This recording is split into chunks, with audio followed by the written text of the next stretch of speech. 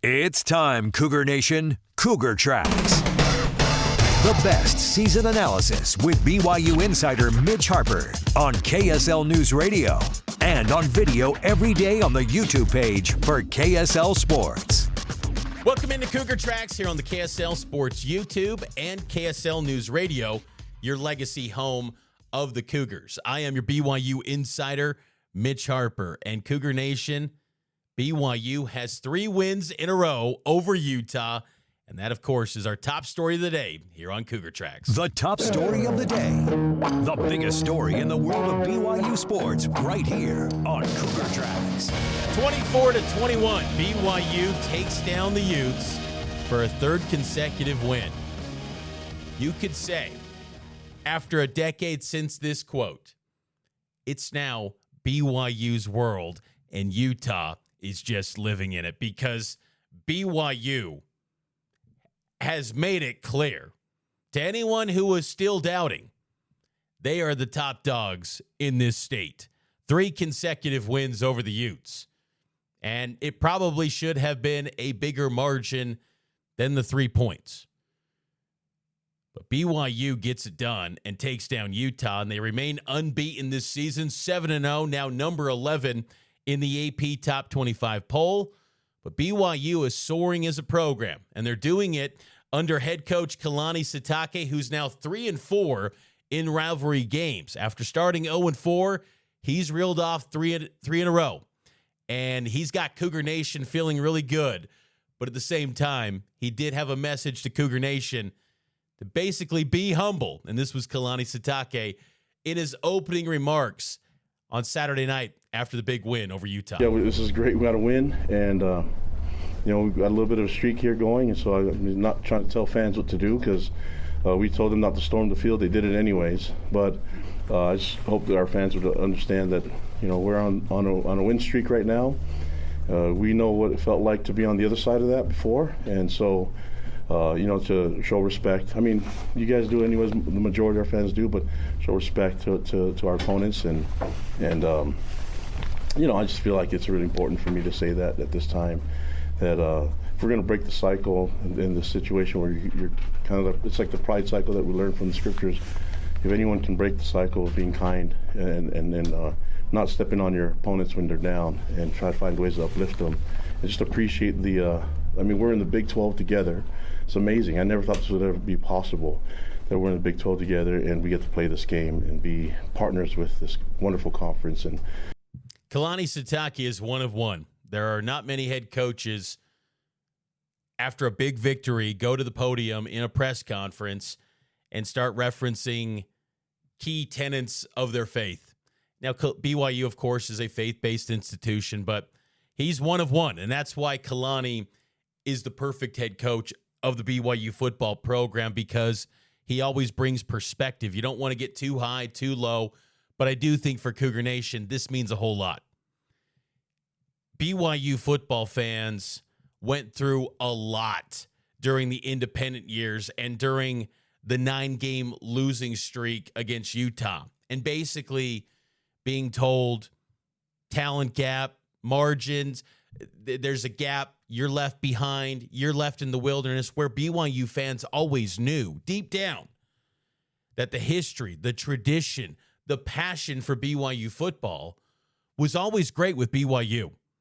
It always was. And you thought to yourself, why on earth a program like BYU that had all that success in the 80s, national title, Heisman Trophy winners,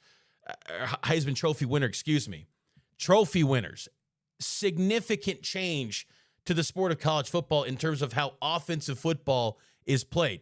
It circles back to BYU, and you think during independence, why on earth were they left behind? Why did they not get a chance? And you're seeing now in the Big 12 why BYU's having success, because they just wanted an opportunity. They don't care what conference it is. I think the Big 12 was always viewed as the best fit for BYU, but they just wanted access to a power league. And when they were going to get that opportunity, they were going to make the most of every ounce of that opportunity. And I think it's noteworthy that ever since BYU got that official invite to the Big 12, on September 10th, 2021, they've never lost to Utah. It was almost like the skies, there was a burden lifted from BYU's shoulders. And suddenly they realized, hey, equal footing now. And that huge gap that was built up for years suddenly got erased. And BYU physically was excellent, I thought, on Saturday. Thought BYU's offense was wearing down Utah's defense. BYU's defense bowed up and stepped up in those fourth down situations to stop Utah. I thought Utah was a little too aggressive. The old Kyle Whittingham, I don't think would have ever gone for it on fourth down. I think he's kicking the field goals and taking the points. Now, do they trust the kicker and Dylan Curtis, the freshman? It's to be debated. He missed that one attempt that was attempted before Kalani Sitake called a timeout. That caused Whittingham to change his mind and go for it on 4th and 7. Still, BYU football's in a great place. There's always cycles in this rivalry. It happens. But I think BYU is trending up, and you just see the passion that's coming from Cougar Nation right now. It's quite the sight to see. And guys like Chase Roberts, who will leave BYU after this season, a perfect 3-0 against the Utes, that means a lot to him. The Cougars stuck. I love it. I love the quote. People ask, like, what it's like to lose in the Holy War. And then you say, I guess I'll never know, right? I guess I'll never know. I guess we'll never know. 3-0 sounds pretty good for the Cougars. BYU had 368 yards of offense, Utah 470, and within that 368, Bear Bachmeier accounted for 226 yards of that total for the Cougars, and 22 of which came on a memorable touchdown run for Bear. This was his thoughts on that 22-yard touchdown run against the Utes. No, I was trying to get the first down, and I don't know, I was standing for some reason after some guys tried to tackle me, so I just saw the goal line, and I think Waylon pushed me in, and so that was a fun kind of deal. Fun kind of deal. Bear is just a young kid. He just is, man. 19 years old, full of life, but so grounded. Maybe it's that barefoot grounded approach that Bear takes in pregame and at practices. But we saw a little flair to Bear Bachmeier throughout that game. He was clutch. He was poised. Early in the game, he even had a hurdle, and this was Bear on that hurdle that he had against Utah's defense. I don't know. I wanted to do that the first game, but I guess I didn't do it the first 6 weeks. So got an opportunity, and I don't know. Hopefully, I didn't really see it. Hopefully, it looked cool. Hopefully, I got up. Hopefully, I could jump high. So got it. It looks all right. It did look all right, Bear. It looked pretty cool. A hurdle. That was my instant thought when I saw it. I didn't think quite Taysom Hill like hurdle, but it's pretty memorable. That's what this rivalry does. And look, Bear Bachmeier, whatever happens this season and throughout his BYU career, to get it done in the rivalry as an underdog. Remember that. Yeah, BYU was at home, sure. Yeah, BYU was undefeated, higher ranked team, sure. Didn't matter. They were viewed as the underdog. So many people were picking Utah, except for College Game Day. Surprisingly, College Game Day was all in on the Cougs, except for Nick Saban. But not many were picking BYU.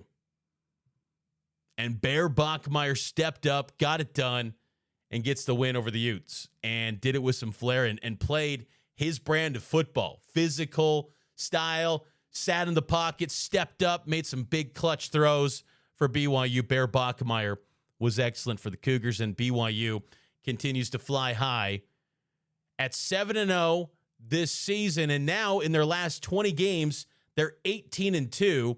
This was Kalani on winning 18-2 over his last 20, dating back to last season. What happened on those two? That's the ones that bother me the most. Yeah. No, I mean it's. I'm just going to try to do my best, and these guys will do the work. You know what I mean, and try to have fun. I actually am having a great time coaching these young men and being around these fans, and so. Yeah, I wish I could say, I saw it coming, but I'm just taking it day to day and week by week. And then honestly, just super grateful and just appreciate the opportunity that I have. It's still a dream to me because I grew up BYU fan, cheering for guys like Kyle Whittingham and others, and Robbie Bosco and Steve Young and Ty Detmer and all those. And then I got to play for Lavelle, which was an amazing dream of mine. Then I get to be the head coach, and so I'm living a great dream, and I'm trying to appreciate as much as possible. Kalani is living the dream, and I think Cougar fans are living a dream seeing their BYU football program at 7-0 and number 11 in the AP Top 25. Let's take a break. We'll get to more BYU and Utah with the stock exchange coming up a little bit later here on Cougar Tracks, and it's powered by KSL Sports.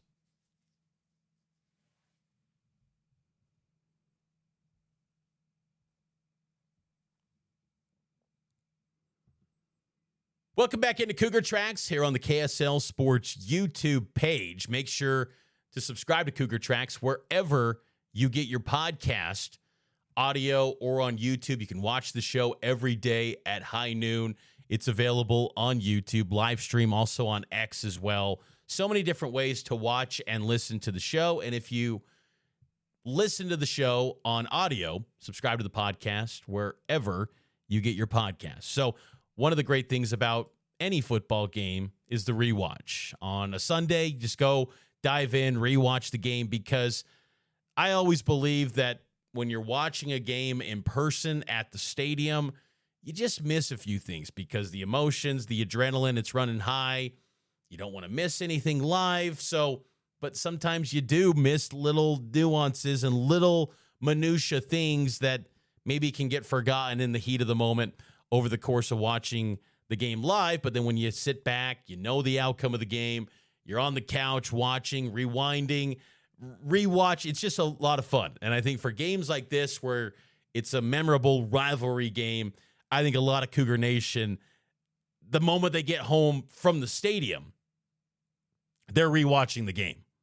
That's just what Cougar Nation does.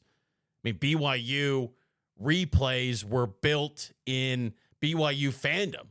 Game gets over, the noon football game in the Lavelle Edwards era, head home, watch it later that night on KBYU, the rewatch, before DVRs, before on demand, before streaming.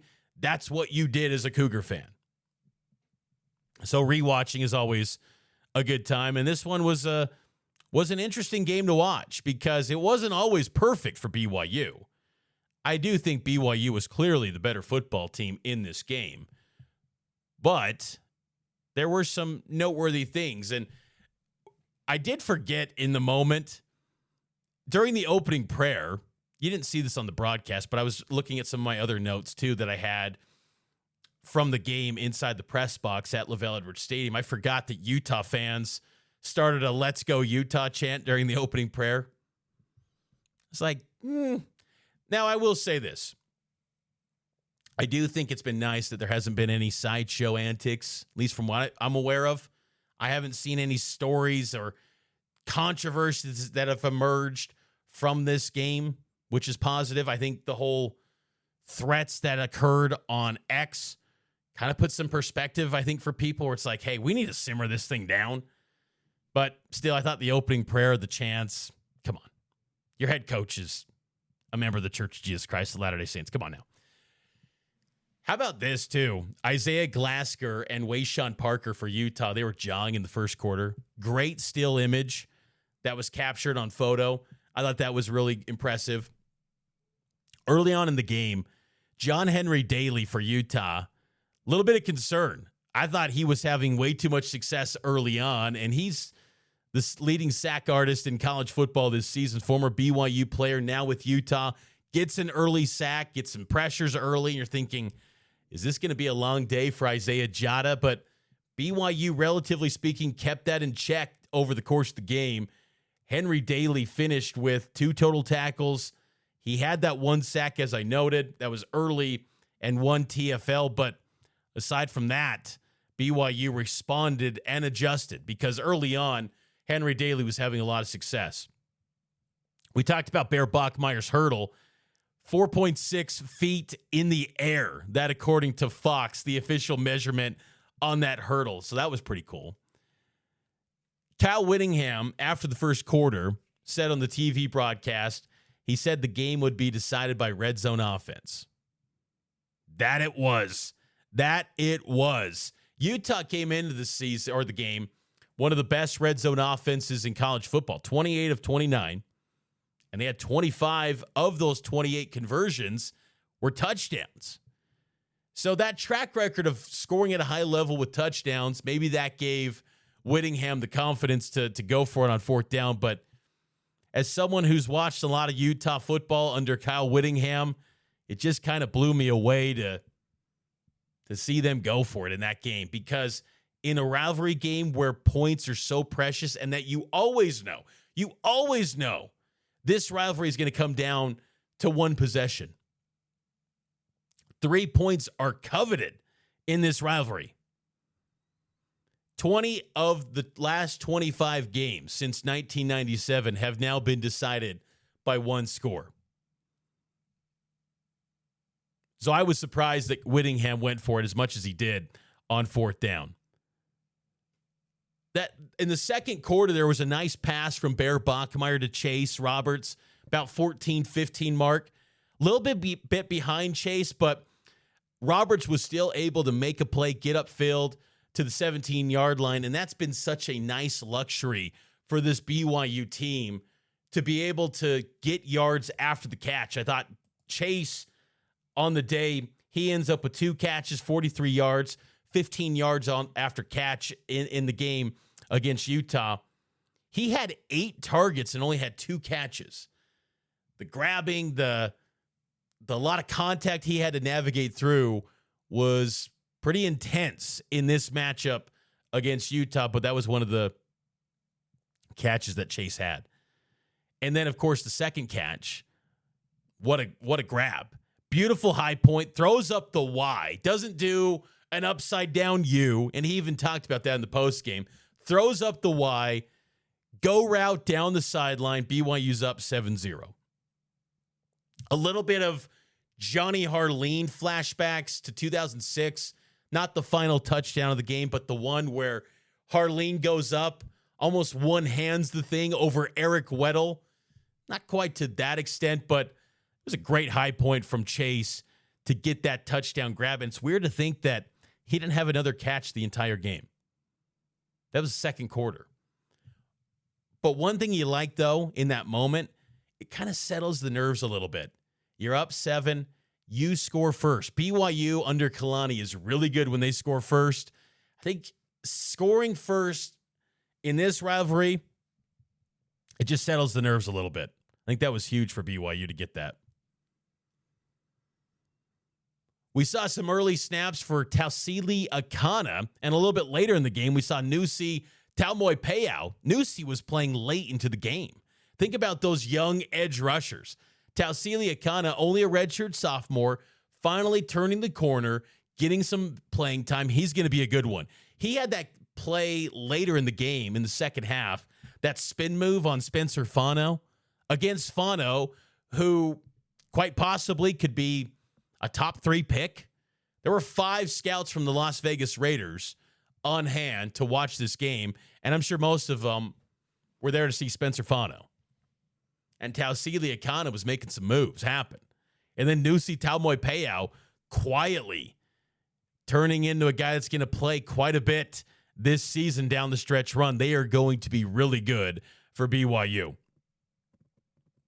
How about the tackle that Keanu Tanavasa had on Taulanga, the number 99 defensive tackle, playing a little bit on the offensive side?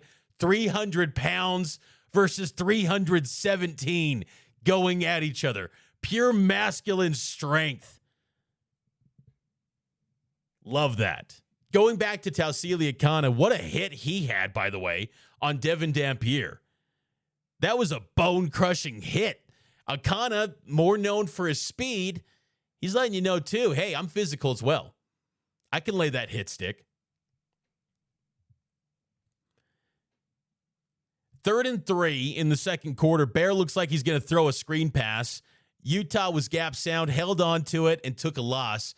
That was the, third down situation. And that was a spot, too, where I thought to myself, okay, you've got the ball with the lead. If you can go up 2 possessions on this Utah team with the way that your defense is playing, I wouldn't say dagger because we know how it goes in this rivalry. Gosh, that was a missed opportunity, though.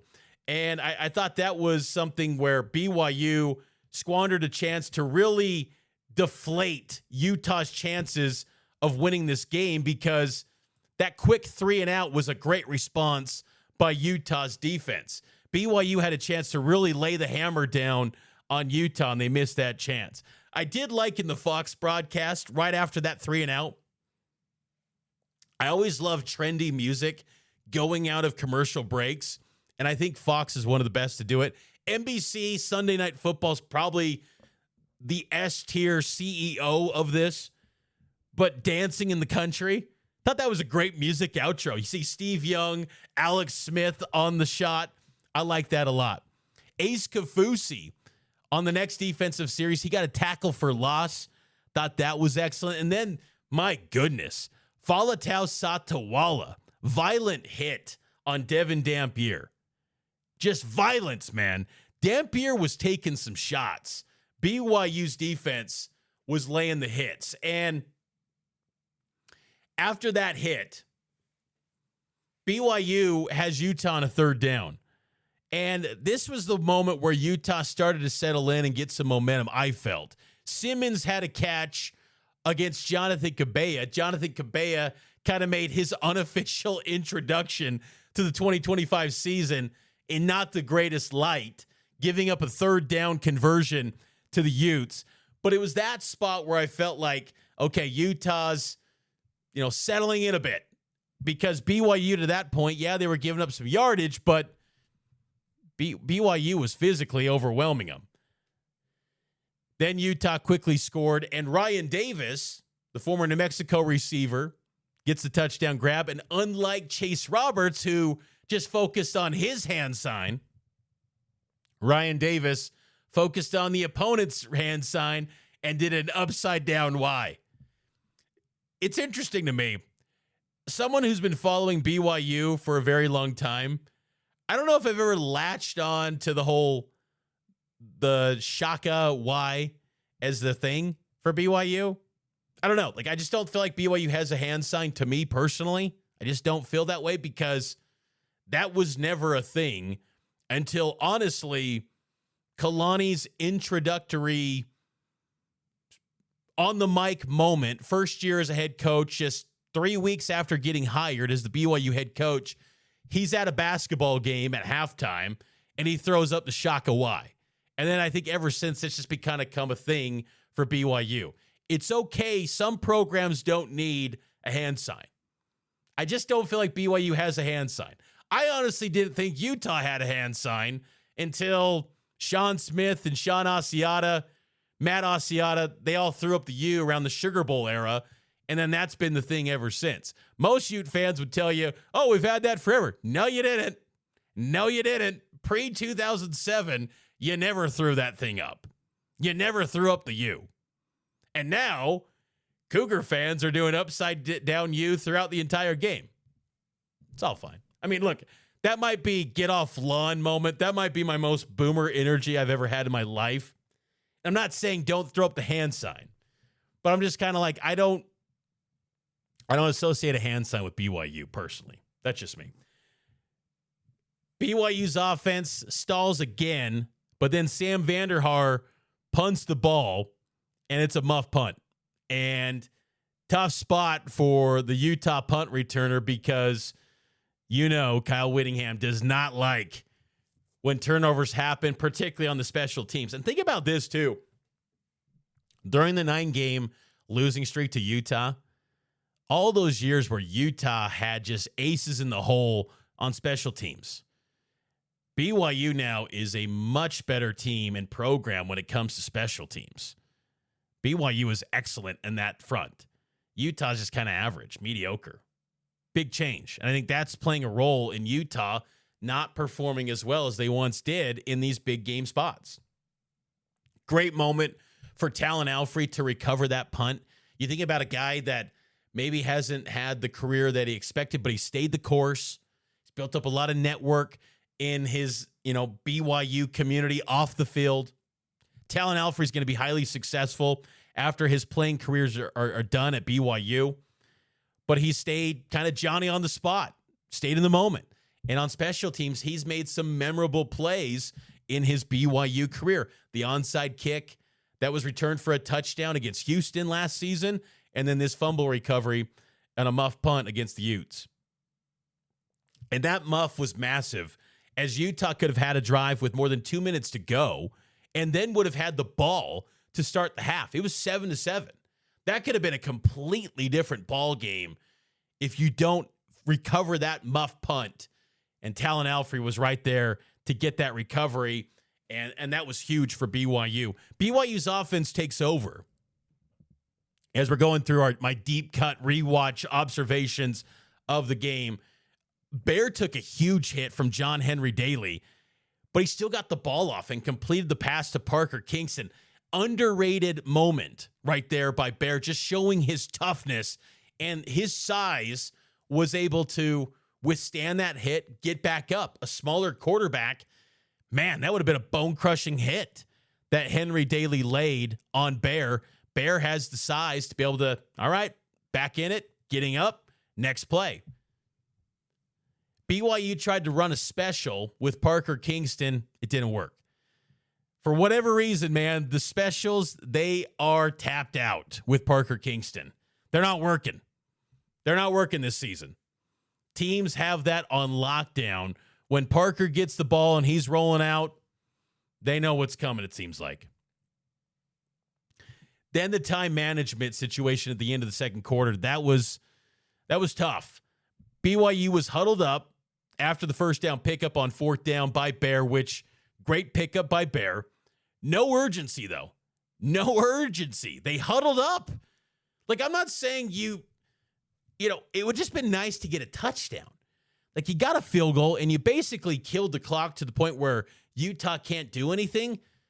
But again, 6 or 7 is better than 3. You could have had 4 more points than being up 10-7. There's just no urgency. And to see huddling up, you have the first down run by Bear. You then huddle. Then a run to LJ. Huddled up again. 2nd and 8 run to LJ Martin. They're taking too long on the sideline. Chase Roberts like, hey, let's go, guys. And then you see, too, Bear has to spike the ball on third down, set up a field goal. If it was like that was the design to go for a field goal, well, the message didn't hit home to Bear because he was ticked on the sideline, basically tossed his helmet. He was frustrated. That was a missed opportunity, and Bear's got to be more aware in those spots going forward. And how about, too, when Utah got the ball back, 3 seconds left, Kalani's kind of tapped into this well a little bit, too, at times. What was it, a couple weeks ago against Colorado, Kalani called a timeout in hopes of something crazy happening on fourth down with Colorado. Honestly, should have been an intentional grounding, but it wasn't called with the Buffs. Where I'm getting at is that Kalani comes from the Coach Witt tree where you use every second to try to find a way to have something crazy happen to maybe get points. Fast forward to Saturday night, 3 seconds left in the second quarter. Utah has a fake kneel down, and they take off and start running and got a nice pickup. It was a first down gain, but it was gaining a little momentum. I'm thinking, whoa, that got a little dicey there. But BYU went into the halftime locker room up 10-7. And I think you felt pretty good about where BYU was at. Now, the downside was that Isaiah Glasker was banged up. He was in the medical tent. You're thinking, oh, boy, where's Glasker? Kafusi was playing well, but where's Glasker? You need Isaiah Glasker to win this game. He came back in the second half. Third quarter, they open up the third quarter. I'm still confused by this, by the way. I still don't have my full comprehension of what exactly is going on. 2 second-half kickoffs to open the third quarter. Still confused. It's still confused.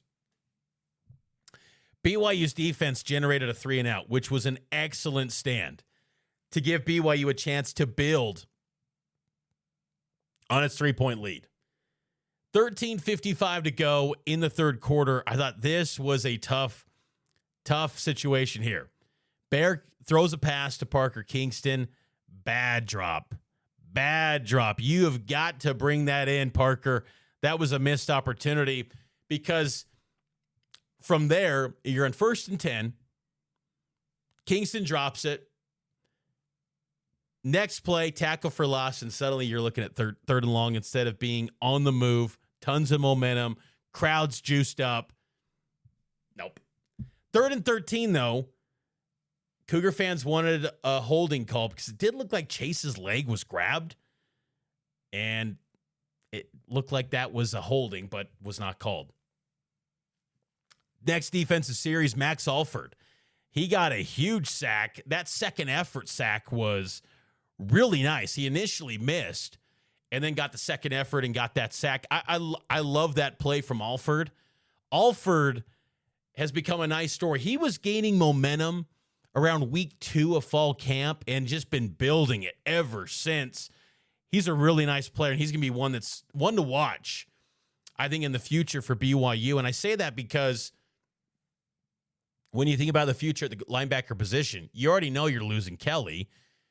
You might lose Glasgow, too, because he's a redshirt junior. He could go. Wouldn't be surprised if he did.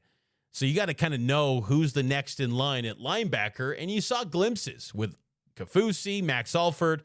Thought that was a huge moment for Alford, and with his family connections to the University of Utah, what a great moment for him. How about that one wild, wacky play that just embodies this rivalry? And you're thinking, oh man, only in a BYU-Utah game would this happen. Dallin Bentley gets a catch. Falatau Fasatuwala forces a fumble. Then it's recovered mid-air by Merriweather, and he gains another 20 yards. And you're like, oh, man, this is just not going to be BYU's day. When you have plays like that, you're kind of like, it's your day. You're going to get it done. Am I right? When you get like those loose, weird, crazy bounces go your way, like, you're not going to win this game. Look, BYU's still in the lead. But again, that's where momentum is trending in favor of Utah. And when they got faced with a 4th down, kick it, get the points. But they go for it, and then BYU gets all the momentum back. It's a new day. It's a new way. Keanu Tanavasa with a big-time tackle on 4th down on Devin Dampier. Tanavasa, you know this game meant a ton to him. That guy got put through the freaking ringer, man. And Ute fans let him have it non-stop. He got put through it. And for him to show up in a big way, in a big new way, it was a big moment for him. Happy for Keanu Tanavasa because he went through it. You know, the guys that have crossed enemy lines in this rivalry, I don't think anyone has taken a bigger blowback than Keanu. And I know after that UCF game last year for Utah, he had Utah man am I, and then next thing you know, he's going to the portal. But still, I think the guy just wanted to move on. And yes, BYU, I'm sure, had a package for him that was pretty good. Pretty good for him. But he was also getting pursued by Georgia and Texas. He had other places. And he goes to BYU, and it's worked out for him, and he's become a leader of this BYU defense. And I think Cougar fans have slept on how good he is. Again, it doesn't always populate in the stat sheet with Keanu because of how much attention he draws. But that's the thing. He draws so much attention that allows BYU's defense, the linebackers, to then be the guys to make the plays because of the attention that Keanu draws. But moments like this one against Utah, he showed up as the best defensive tackle in this game and one of the best players on the field. Great moment for Keanu Tanavasa. Yards after contact, according to Jack Kelly, to the Fox broadcasters Jason Benetti and RG3, he told them in their Friday pregame interview that yards after contact were going to be so important in this game. Yeah, got to make that first hit. 4:35 left in the third, a huge moment. You think, ooh, did Bear just make a catastrophic mistake? Jackson Benny with the pick. but it got negated. Holding on Utah's Teo Johnson was a legit call too. You can't debate that one. That is one that Harlan and Utah fans can't complain about that. That was as legit as it gets. That was a real call. Even RG3 said, ladies and gentlemen, that's what you call hold. He held him like a grudge. He held him like a grudge. Love that. That was 3rd and 7 and forced BYU to punt. BYU then punted, but a punt was a win compared to throwing an interception. And then, well, that was the next play after the Teo Johnson holding. It was the next play on 3rd and 7. That's where then RG3 said, ladies and gentlemen, he held him like a grudge. And then it was great, too. Very subtle by the Fox broadcast because the refs missed the call. Fox then played in the commercial break going out. What did I miss? What did I miss? Very subtle. Nice job by the Fox producers. John Talmoy-Payau, a little extra something with Wayshawn Parker. It looked like a late hit. It was a late hit. It was a little bit extra. Maybe a little bit of a sell, but it was a late hit. Unnecessary by John Talmoy-Payau. Probably could have been a flag. The next play, though, it was a makeup call as Evan Johnson was called for a pass interference, and he had the two hands on the receiver for Utah. So makeup call, and it all worked out for Utah. Into the third, the stadium, I forgot to bring this up on Saturday night. BYU had more fire knife dancers. I think they had about 9 fire knife dancers. That thing was electric. You had the drone show. You had Cosmo atop the scoreboard. You had the Go Cougs, Sailor Coug logo on the field, like a digital signage. Holy cow. It was a overstimulating experience. And I couldn't help but think when I was watching that live in person, what were Utah fans thinking? That were in the northwest corner of the stadium, and they always have that setup in the end zone. It always happens every time Utah comes to BYU, where they fill that corner. That's the visitor section, but then it kind of curves and it fills the top rows as well. That always happens. I don't know why that is, but there's always red in that portion of the northwest corner. But I was wondering what's going through the minds of Ute fans, because it's one thing when it's a fan base that's never been to pro, you're like, whoa, this is so cool. BYU has such a cool game day experience. Whereas Utah fans are probably like, can't stand these guys. Can't stand these Zoobs. Fourth quarter, Kalani Sitake entered the fourth quarter. He's 9-13 against ranked opponents. Now he's 10-13. Fourth quarter start was terrible, though, for BYU. 15, I think it was a third. Got to go back on my notes. I forgot to put this down, but I think it was a 2nd and 15, maybe 1st and 15. Anyway, Bird Ficklin for Utah, who they turned to quite a bit in the second half. Bird Ficklin for Utah, he takes off and gets a first down run. Terrible tackling. I think there's 5 missed tackles by BYU on that first down run. And then the next play, Daniel Bray popped off a huge one, 42 yards to the house for a touchdown. And Nakari Rogers had a good block to kind of open things up, but horrible start to the fourth quarter. Terrible. And then kind of got compounded a little bit. Cody Hagan, who's been excellent this season for BYU, he had a kick return that probably he would have liked to maybe just in retrospect get a touchback, because look, in that moment, you're down 14-10. Someone wants to pop a big one. Someone wants to pop a big play to get it back on their side. Instead of the touchback, he returns it and only gets to the 19. In the moment, you're thinking, that's a big 6 yards. It all worked out for BYU, but a little bit behind the 8 ball to start the drive, being at the 19 instead of the 25. But on this drive, though, you saw some excellent blocks from LJ Martin in the fourth quarter. He had an excellent block to pick up Logan Fano so Bear could complete a first down pass to Parker Kingston. I thought that was textbook by LJ Martin. And then the throw, one of the best throws of Bear's career so far at BYU. LJ had some good blocking, but Bear, under pressure, steps up in the pocket, gets to the right, throws to Carson Ryan, a little bit behind him, which I thought RG3 had a great explanation as to why that placement was excellent. Massive completion to Carson Ryan. He makes a play, kind of shows that chemistry that's been developed between Bear and Carson.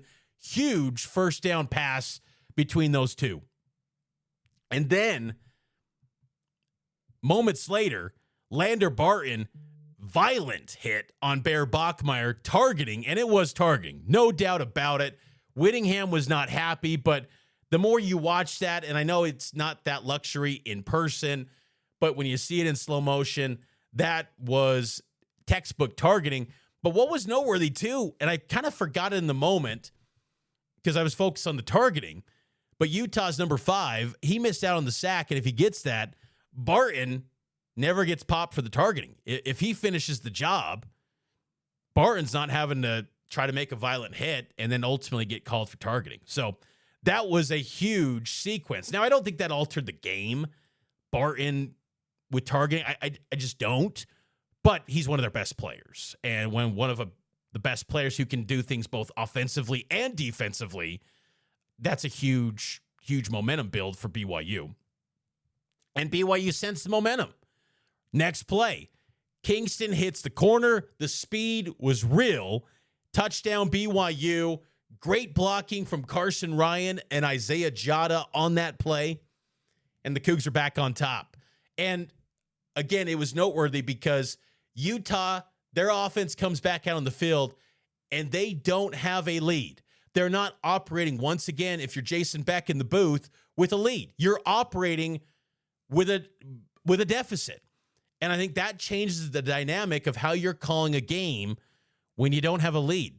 So I thought that was a massive response. And again, Bear Bachmeier is nails. He is clutch. He has got a clutch factor that it's hard to replicate. And you're amazed at how a true freshman is able to do what he's doing.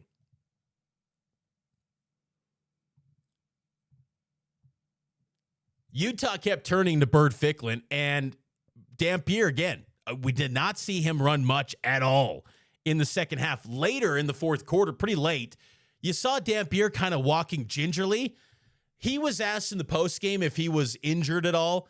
It looked like he kind of was. I thought he was banged up. I mean, BYU was hitting him. They were getting their hits in. He looked banged up a bit, and they kept going quite a bit to Bird Ficklin, a lot more than I was expecting coming into this game. Therian Alexander for BYU, what a great tackle he had. Therian is stepping up. Ever since that Stanford game, I thought that was kind of a breakthrough game for him. He's just climbing, man. He is going to be a great cornerback. He has the potential to be an all-timer for BYU. He does. I mean, this is him as a sophomore. You still got 2 more years of Therian Alexander. After this season, he's going to be a good one for the Cougars. Devin Dampier, the way he passes the football, I kind of question his arm strength. He has a tendency to float the ball when he's taking deep shots, and you saw it on that interception ball from Tanner Wall. He floats that pass. It's a floater. And Tanner goes up. He stole it from him. He picked it off and made an incredible play. Excellent moment for Tanner Wall, who he lives BYU football. He is a BYU fan to the core. You know, sometimes guys play football as a means to an end, and they're not really fans. Tanner Wall's a fan. He loves BYU football. And for him to step up in a big way in the rivalry, how awesome is that? But Devin Dampier, his arm strength is not great. Not at all. And again, going back to early part of the season when everyone was just anointing Utah's, they're back. They're back. Hold the phone.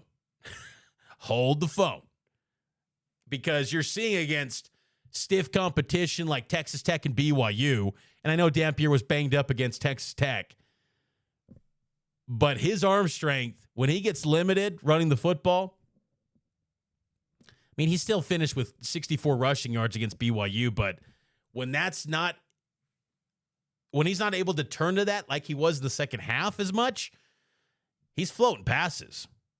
And Tanner Wall picked that thing off. BYU's offense takes over, and Bear had a little bit of a scary throw to where he jumped up, tossed a quick screen to Carson Ryan near the sideline. A little bit scary because my thought is you don't want to be afraid to make a mistake, but you also don't want to go outside of textbook. You don't want to make cardinal sins. You don't need to leave your feet to throw the football because it feels like the odds then become increased when you're doing things like that, when you're breaking cardinal sins. Still worked out. Clutch first down catch for Carson Ryan, and he signals first down.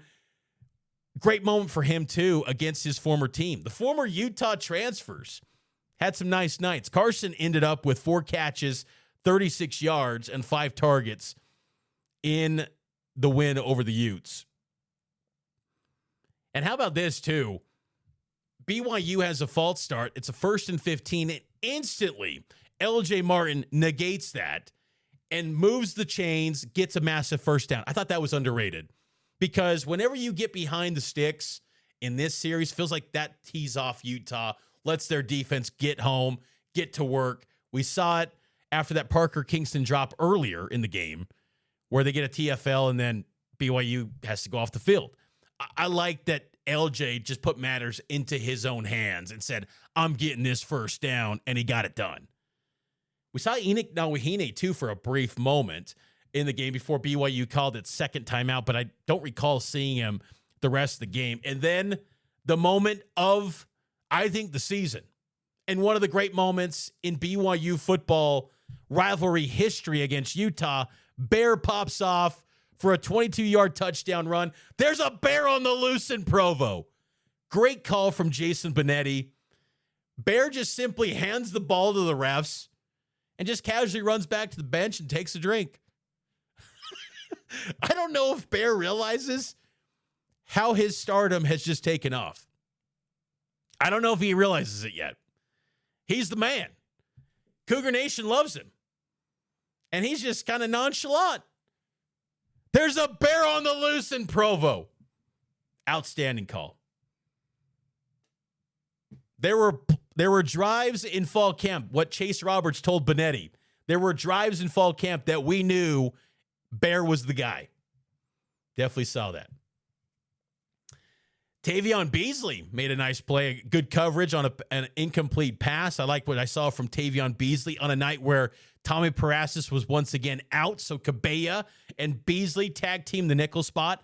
How about Cialia Serra bringing the heat on 3rd and 5, coming out like a heat-seeking missile? Serra showing off that speed. I thought that was a great play by Serra. Then on 4th down, Merriweather, he catches the ball. I thought at first glance he looked a little bit short, personally, because I thought it was body past the first down markage, but I thought the ball was short of the first down marker. Tough to say, and as they talked about in the TV broadcast, difficult to overturn based on the view, so it had to be upheld, which I thought was the right move because the ruling on the field was a first down. You couldn't overturn that. There was no camera view to conclusively say that was not 4th down. It was kind of a judgment call saying, I think the ball where it was short, so that was the right move. And then we saw Tausili Akana, once again, that play I was talking about earlier, bringing that pressure against Spencer Fano with some 3-man pressure. That was what was noteworthy. He got by Spencer Fano on a play where there's only 3-man pressure. Great play by Tausili Akana. And then a huge hit by Satawala on Merriweather. Dislodged the ball. Clean hit. Great play. Satawala, he is a star. He is going to be excellent. I mean, he's already excellent. I think he's taken off too. Just like Alexander in that Stanford game. Same with Satawala. I don't want to say a Wally Pipp situation for DeMooney, but I think Satawala is kind of now the starter. And you work DeMooney in when he comes back from the injury.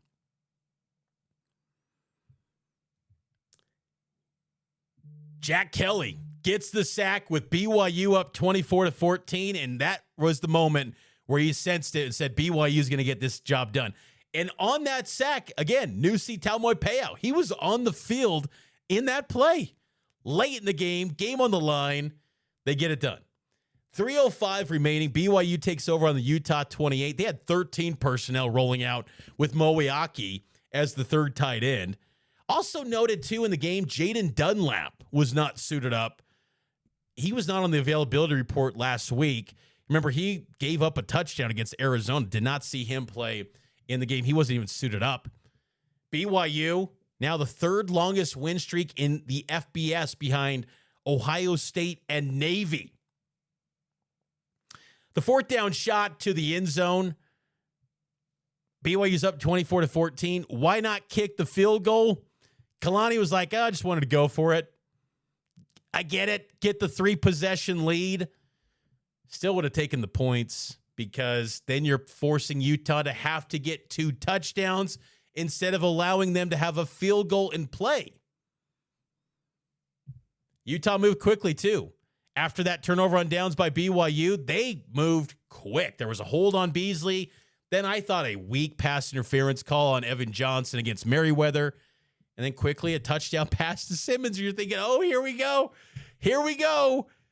BYU and Utah coming down to the final horn.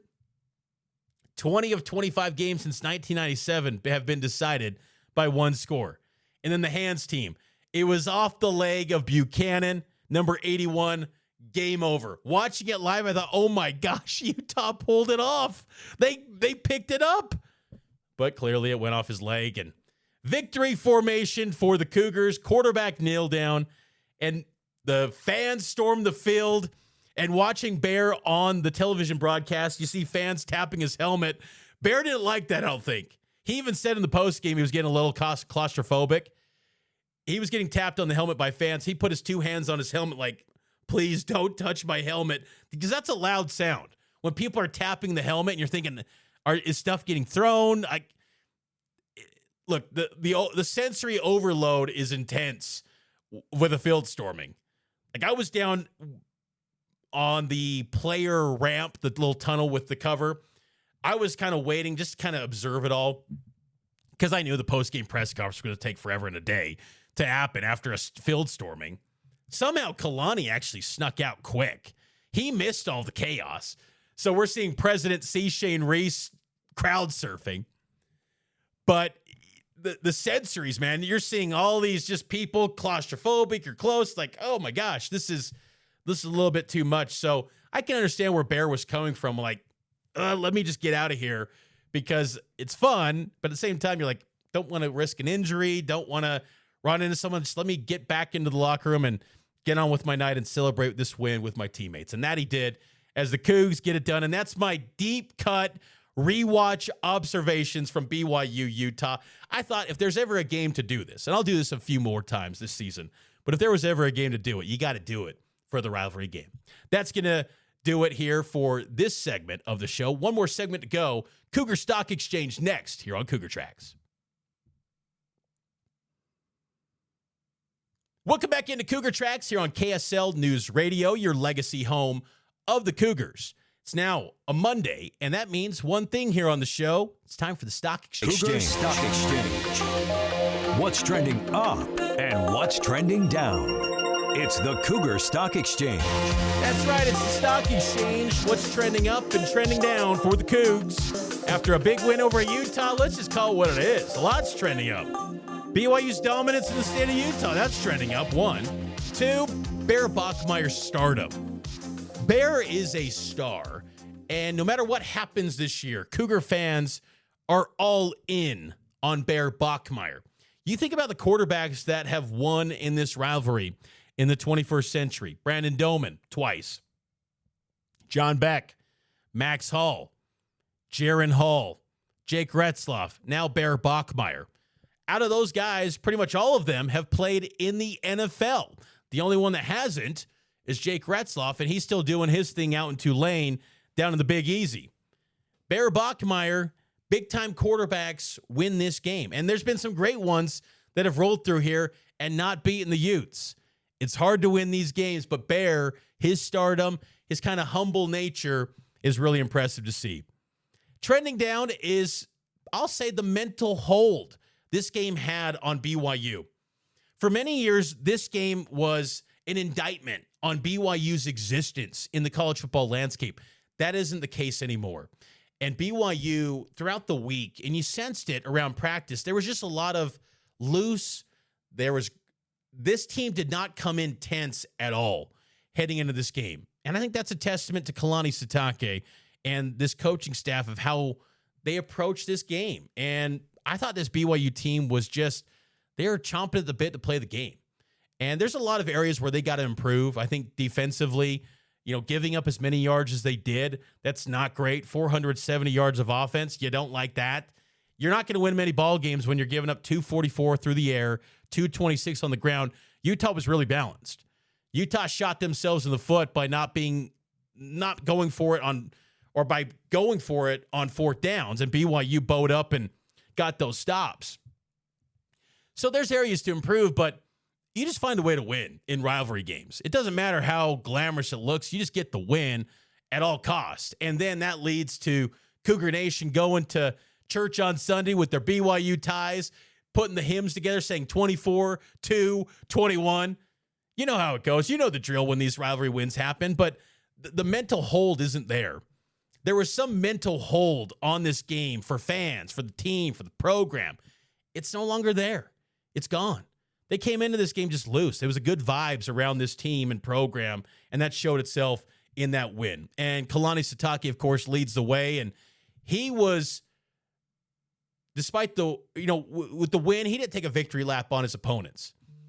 And Kalani Sitake expressed a lot of gratitude for Utah head coach Kyle Whittingham, who I think Cougar fans can get very frustrated with Whit, but Kalani, who once was coached by Whittingham, showed a lot of gratitude for his former boss. I just wanted to take this time to just express my love for Kyle Whittingham, and I think it's interesting when I'm just glad that I know he would get his guys ready, and I think a lot of times people misunderstand him because of the competitiveness that we have, and if we're all getting judged on our competitiveness, then I think sometimes that makes it hard for people to understand. And I'm just going to tell you that he's a mentor of mine, and so I wouldn't be here if it weren't for him. And there's a lot of us on this coaching staff that wouldn't be here if it weren't for him. And he's one of the best coaches I've ever known. And so appreciate him. I told him that pregame before, and regardless of the result, I hope he knows how much I appreciate him. And I hope our people, our fans, can understand that he's extremely competitive, and but he's a great man. And he took a chance on me, made me a coordinator, mentored me, and we had many opportunities where other people tried to come and take him from Salt Lake City, and he gave me some amazing advice as we talked through it, and I know the Utah fans appreciate him and what he's done there, but I just want to make sure that everybody knows that and just give him his flowers for what he's done.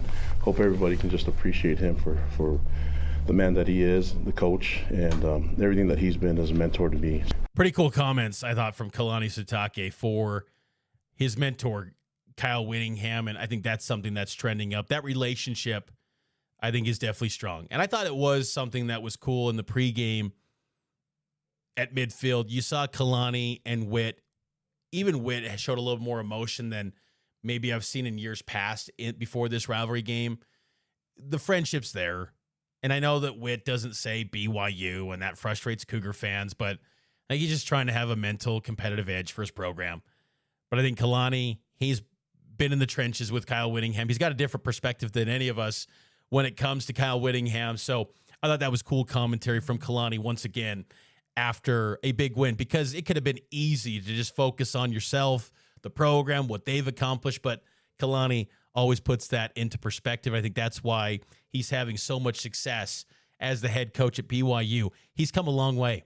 Kalani has done it his way, and it's working at a high level for the Cougars. And now BYU turns its attention to the Iowa State Cyclones this Saturday in Ames. I will be there in Iowa at Jack Trice Stadium, 1:30 p.m. kick. Extended pregame begins at 10 a.m., so we'll have you covered from Ames for BYU and Iowa State. That's going to do it for today's edition of Cougar Tracks. We'll be back tomorrow from Kansas City, Big 12 Basketball Media Day. So I'll be out there getting ready for some hoops coverage, and we'll talk BYU football as well here on Cougar Tracks, and it's powered by KSL Sports.